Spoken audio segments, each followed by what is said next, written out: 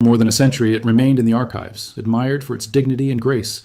But when modern technology finally revealed what had been hidden in plain sight all along, scientists could hardly believe what they saw. What was it? What impossible detail had everyone missed? If you want to discover stories that history has forgotten, click the subscribe button and like this video. You won't believe where this journey will take us. Charleston, South Carolina, October 1899.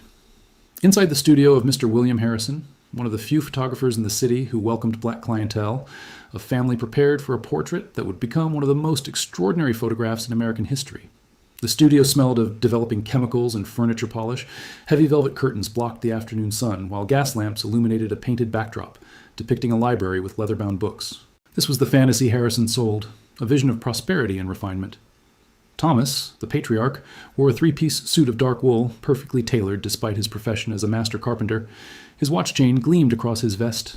Elizabeth, his wife, stood beside him in an elegant burgundy silk dress with black lace at the collar, her hair styled in the fashionable Gibson girl manner. Their 5 children ranged from 23 down to 6 years old. The eldest son wore a suit nearly as fine as his father's. The daughters wore white blouses with high collars and long dark skirts. The middle son looked uncomfortable in his stiff collar but stood straight. And then there was Samuel, the youngest. Just 6 years old, wearing a small suit with short pants, white stockings, and polished shoes. His face held that mixture of solemnity and barely contained fidgeting that all children displayed before cameras when exposures required absolute stillness. Harrison positioned them carefully. Thomas and Elizabeth in the center, children arranged by height, with young Samuel in the front right. He placed a small table beside them, draping it with embroidered cloth, and setting an open book upon it. "Now, everyone hold very still," Harrison instructed. "Look at the lens. Think of something that makes you proud." The family froze. Samuel placed his hands at his sides, one resting lightly against his father's leg. The shutter opened. Light poured through the lens. Time stopped. The photograph was taken. Thomas paid $3 and returned 2 weeks later for the prints. That photograph hung in their parlor for years, then traveled through relocations and hardships until it was donated to the National Museum of African American History and Culture. It was cataloged, admired, studied, but no one noticed. The secret was there, captured in silver halide crystals, but invisible for the next 124 years. Dr. Rachel Foster had been working at the National Museum of African American History and Culture for 3 years. Her job was methodical, often repetitive, but deeply meaningful, scanning the museum's vast photograph collection using technology that could capture details invisible to the naked eye. The new scanner was a marvel, capable of 4,800 dots per inch resolution, revealing fabric texture, paper grain, even individual crystals of the original silver emulsion. It was designed to preserve fragile images digitally while extracting every possible detail. On a frigid January morning in 2023, Rachel pulled a photograph from climate-controlled storage. The label read, "Thomas Family, Charleston, SC, 1899, Studio Portrait, donated 1987. She had seen it before. Beautiful, striking in its dignity. The family's clothing, their posture, their direct gaze spoke of pride and achievement. Exactly the kind of image the museum treasured, evidence of black prosperity in an era when such narratives were systematically erased. Rachel placed the photograph on the scanner bed and initiated the scan. The image materialized line by line in stunning clarity. Faces appeared first, then clothing, the painted backdrop, the decorative table. Then the scan reached the bottom, where young Samuel stood. Rachel's hand froze. She leaned closer, her breath catching. Something about the child's right hand looked unexpected. She zoomed in once, then again, and again, until the pixels resolved into perfect clarity. "Oh my God," she whispered. Samuel's right hand, resting against his father's leg, had 6 fingers. Not a blurred artifact, not a trick of light. 6 distinct, fully formed fingers, clearly visible in the high-resolution scan. Rachel sat back, her mind racing. She zoomed to the left hand. Normal.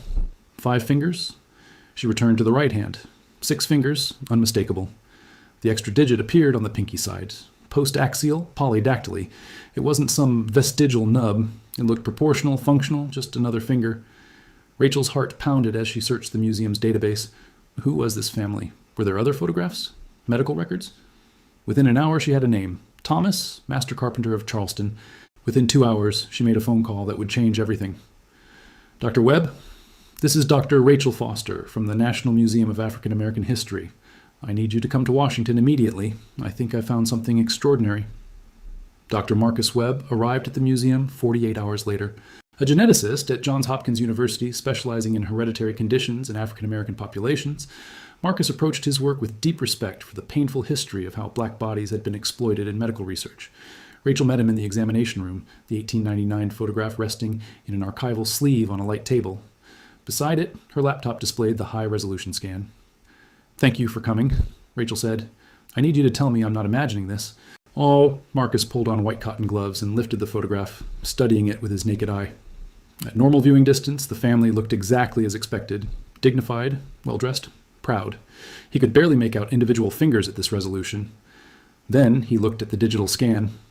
Rachel had zoomed in on Samuel's right hand. Marcus's eyes widened. "Bilateral or unilateral?" "Unilateral. Only the right hand." Marcus studied the image intently. Post-axial polydactyly. The extra digit is beside the pinky finger. And look, it's not deformed. It appears fully formed with complete articulation.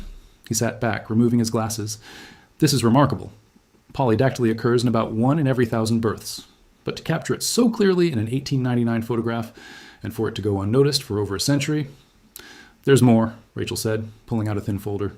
The donor said this family were master carpenters in Charleston, multiple generations of craftsmen, highly respected. Marcus's interest sharpened. Multiple generations? Do we know if the trait appeared in other family members? That's what I need your help to find out. They began painstaking historical research. The 1900 census gave them basic information. Thomas, born approximately 1849, occupation carpenter. Elizabeth, his wife, 5 children, including Samuel, age 7. A property deed from 1897 showed Thomas had purchased a building on King Street, significant for a black man in that era. A clerk's notation read, "Thomas, master carpenter of considerable reputation." They weren't struggling, Rachel observed. This was a successful family. Marcus nodded. Which makes me wonder, if this child had a 6th finger and the family was prosperous, they clearly didn't hide it. They posed him front and center in a professional portrait. What does that tell us? Perhaps they didn't see it as shameful, Marcus replied. Or they knew about it and considered it normal because it ran in the family. Rachel leaned forward. Then we need to trace this lineage. If it's hereditary, there could be descendants alive today. The work was slow and frustrating. Many post-Reconstruction records were incomplete, lost, or deliberately destroyed. Black families' births often went unregistered. The Great Migration scattered families nationwide, breaking documentation chains. But Rachel was persistent and Marcus patient. They worked together across months, slowly piecing together the Thomas family's story.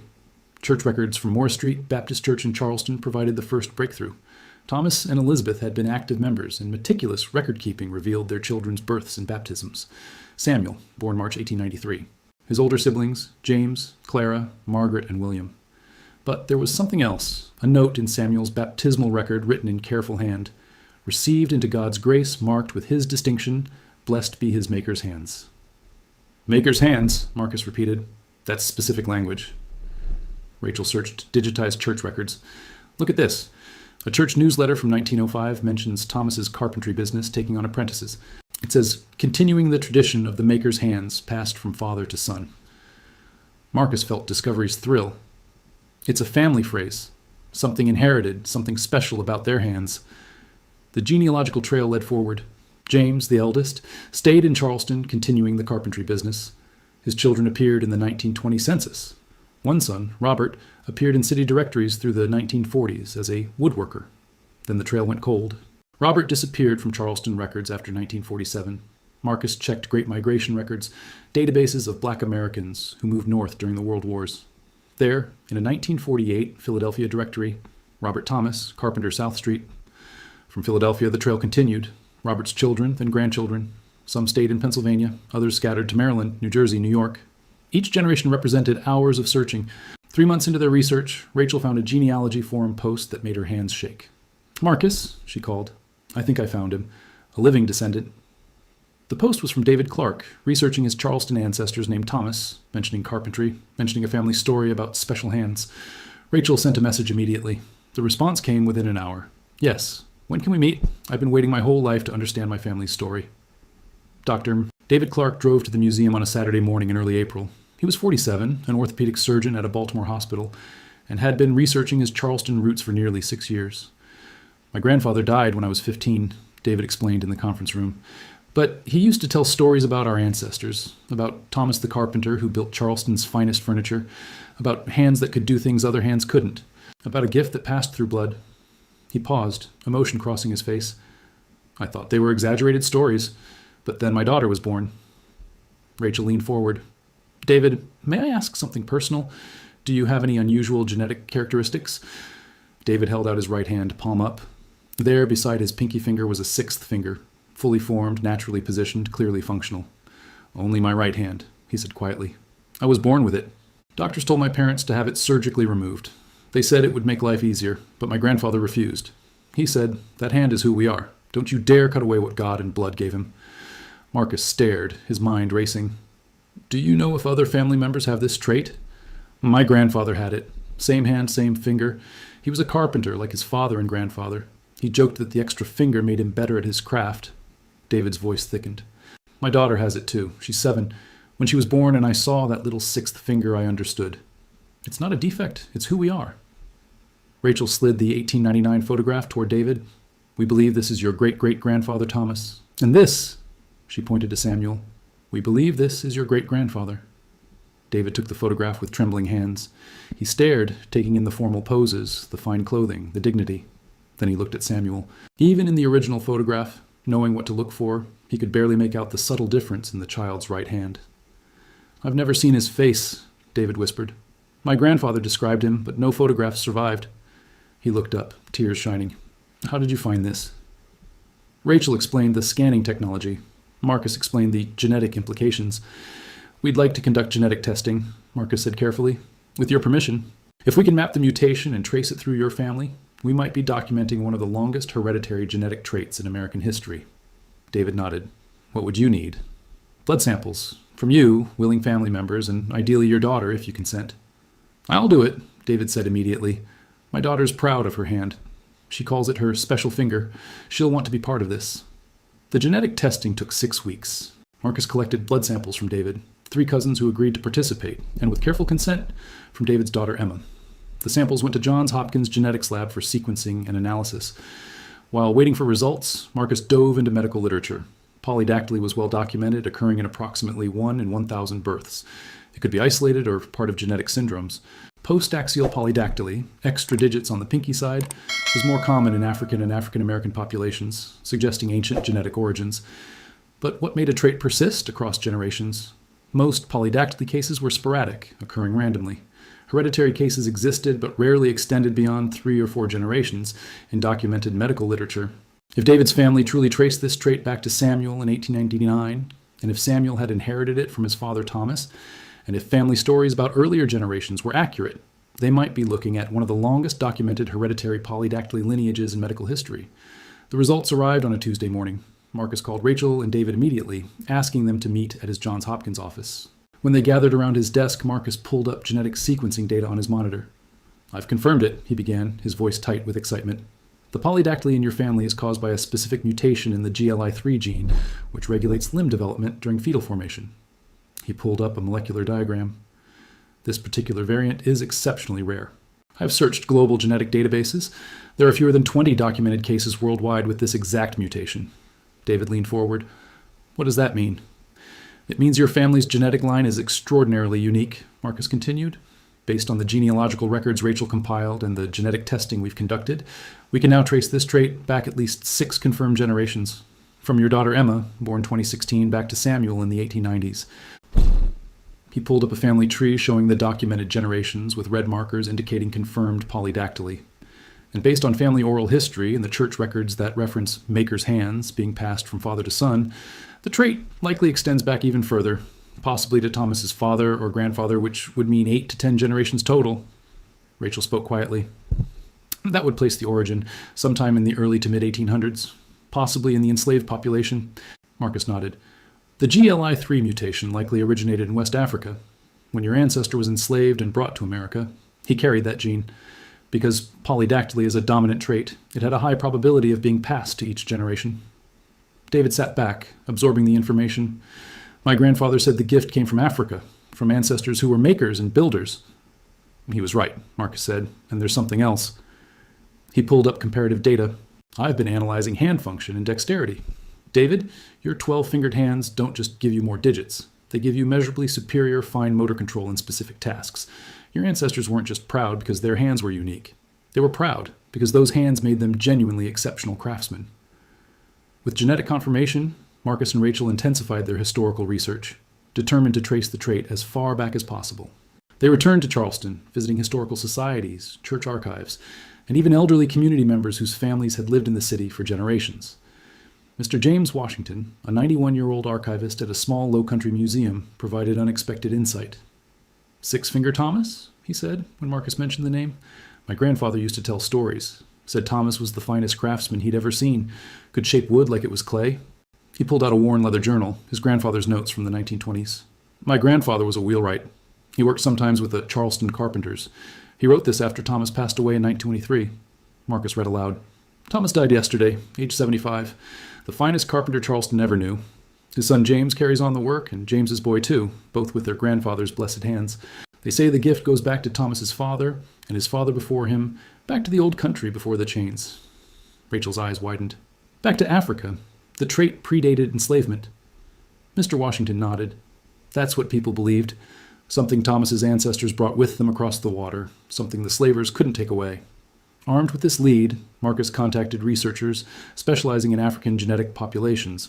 Through comparative databases and historical migration patterns, they identified a possible origin, a region in West Africa, specifically parts of modern-day Nigeria and Cameroon, where certain woodworking and metalworking guilds had been documented by colonial ethnographers in the late 1800s. One obscure anthropological text from 1887, written by a British colonial officer, described visiting a master carver's workshop. The craftsman possessed an unusual anatomical feature, 6 digits on each hand, which he claimed ran in his family line for generations, passed from master to apprentice within bloodlines. He attributed his extraordinary skill to this inherited distinction. Marcus showed the text to Rachel and David during their next meeting. "I can't prove definitively that this craftsman was your ancestor," he told David. "The historical record doesn't allow that level of specificity. But the geographic region, the time period, the craft tradition, and the hereditary nature of the trait all align." David traced the words on the page with his finger. "My grandfather said we were makers, that it was in our blood, passed down through generations, who refused to forget who they were, even in chains." But Rachel added, "What makes your family's story so powerful is that they didn't just survive the horror of enslavement, they preserved their identity through their craft. The polydactyly became a marker of that identity, a physical manifestation of unbroken lineage." Marcus pulled up the 1899 photograph on his laptop, zooming in on young Samuel's 6-fingered hand. This photograph captured more than a family portrait. It captured a genetic and cultural legacy that stretched back to Africa and forward to your daughter Emma. 10, possibly 12 generations of continuous transmission. Marcus, Rachel, and David decided to publish their findings. The paper, co-authored by all three, was titled "Hereditary Polydactyly as Cultural and Genetic Legacy, a Multi-Generational African-American Lineage." It was submitted to the Journal of Medical Genetics and Human Evolution. The response was immediate. The journal fast-tracked peer review, and within 2 months, the paper was accepted. But before publication, word spread through academic circles. Geneticists, historians, and anthropologists reached out, fascinated by the intersection of genetics, history, and cultural identity. The museum decided to mount a special exhibition, Hands of Legacy, the Thomas family story. Rachel curated it, featuring the 1899 photograph as the centerpiece, displayed alongside high-resolution details showing Samuel's 6-fingered hand. The exhibition included Harrison's medical sketches from 1904, genealogical charts tracing 10 generations, genetic diagrams explaining the GLI3 mutation, and contemporary photographs of David and Emma. David contributed his surgical instruments, displayed beside replicas of Thomas's carpentry tools. The visual parallel was striking, the same hands, separated by more than a century, both using their 12 fingers to create and heal. The exhibition opened in September 2023. Thousands visited in the first month. Major news outlets picked up the story. The Washington Post, NPR, the New York Times, international media. The photograph that had sat forgotten for 124 years now circulated globally. But something unexpected happened. David began receiving messages, dozens, then hundreds, from other people with polydactyly. Parents of children born with extra digits wrote that they had decided against surgical removal after reading about David's family. Adults who had hidden their hands their whole lives sent photos, many showing their faces alongside their unique anatomy for the first time. One message particularly moved David from a woman in Nigeria. "My son has hands like yours." In our village, we have stories of ancestors with these hands, craftsmen and healers. Reading your family's story helped me understand. This is not a curse. It is a gift that travels through blood. David read the message to Marcus and Rachel during the exhibition's opening night, his voice thick with emotion. For so long, I thought our story was just about my family, but it's bigger. It's about how difference can be strength. How something the medical world sees as an abnormality can be a source of identity, skill, and pride. Marcus nodded. Your family's story challenges how we think about